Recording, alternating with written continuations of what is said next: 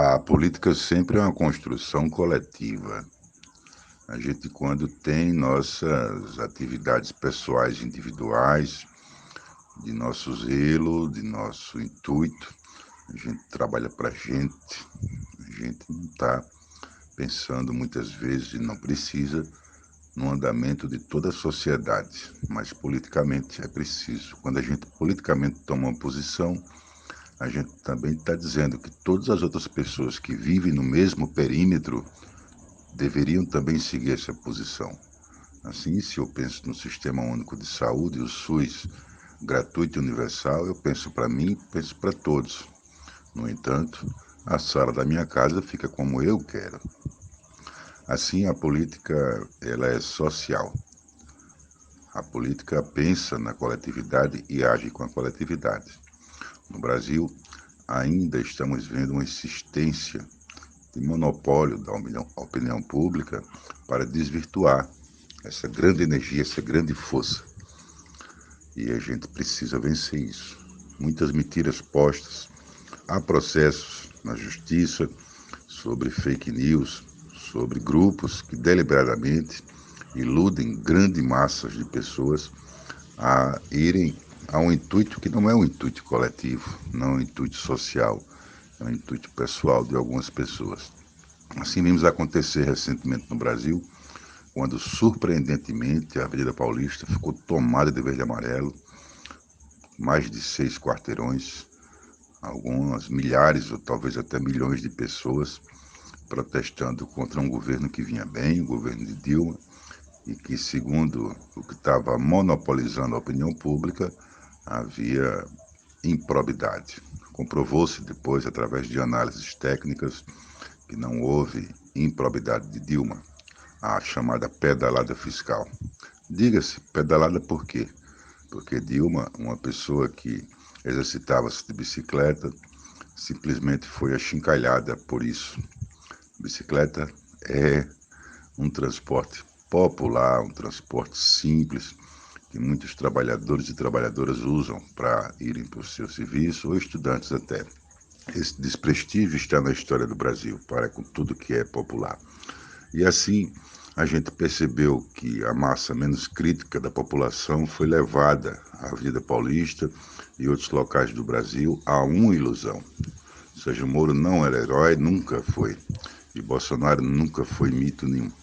A gente percebe isso com muita clareza. Mas como vencer essa nova avalanche e esse revival de fake news? Ora, sabe-se que mentiras deliberadas para prejudicar andamento de Estado ou de personalidades públicas ou até cidadãos comuns é crime.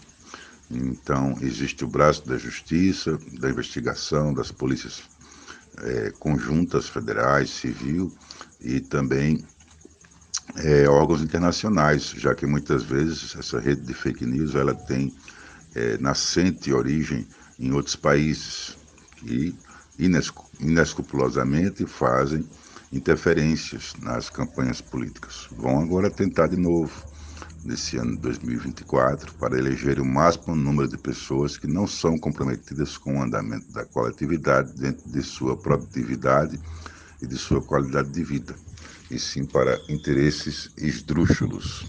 Então, a gente precisa alcançar mais ainda as pessoas que não estão tendo a clareza do que está acontecendo.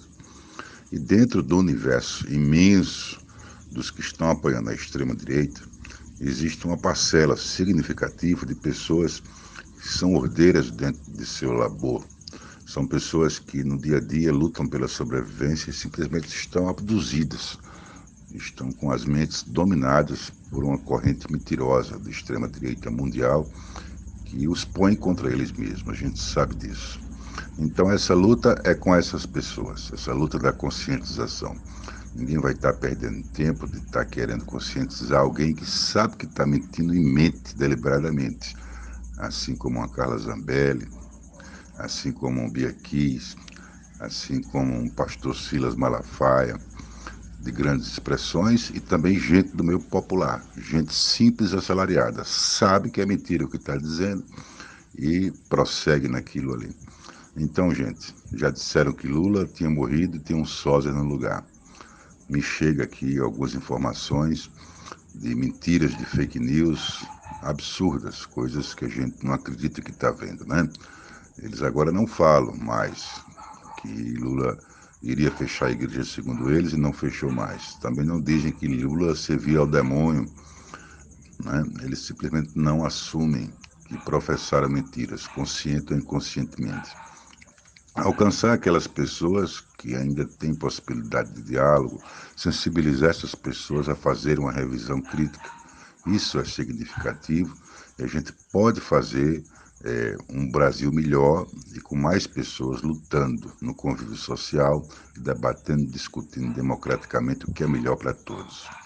Coisa que não foi feita nas eleições de 2018, conta de que simplesmente a opulência, não é outra coisa, que ainda paira sobre setores intelectualizados da classe média, que são de esquerda, simplesmente não se dispõe a ir às massas e às ruas e lidar frente a frente com as pessoas menos cultas e menos críticas, como de igual para igual. Esse ar superior, esse ar pedante de alguma intelectualidade faz com que o povo mais simples e humilde, esse que muitas vezes está lotando aí passeatas de inescrupulosos, essas pessoas elas simplesmente ficam arredias, elas ficam avessa a essa gente pedante. Então é preciso que a massa crítica seja mais humilde, já que tem uma boa formulação crítica do que está acontecendo no Brasil e no mundo, vá às ruas, vá aos espaços públicos, se disponha ao diálogo com estas pessoas, que você possa perceber no primeiro filtro de entendimento que são pessoas que há possibilidade de traçar um diálogo e fazer algumas reflexões. A gente precisa se libertar desse ranço ainda, do modo um tanto pedante que tem na intelectualidade brasileira, essa intelectualidade ou de classe média assalariada, que tem um discernimento muito claro da realidade, mas que não se dispõe a estar se mesclando com a população mais humilde, que é a grande maioria, e que a direita vai lá e coopta com mentiras, porque eles não têm outra opção. Não chega o intelectual, não chega o artista, não chega alguém com respeito àquele povo, com empatia pelo sofrimento que aquelas pessoas passam, eles dão uma perspectiva diferenciada. Simplesmente eles só têm, muitas vezes, uma opção que é as mentiras da extrema-direita. Vamos rever o nosso entendimento com o povo para não acontecer o que aconteceu em 2018. Simplesmente a massa crítica de São Paulo, Santa Catarina, Porto Alegre, se omitiu, se ocultou em suas redomas particulares, simplesmente não quis, entre aspas, se contaminar com a brutalidade da ignorância da população mais humilde, menos favorecida economicamente e também culta.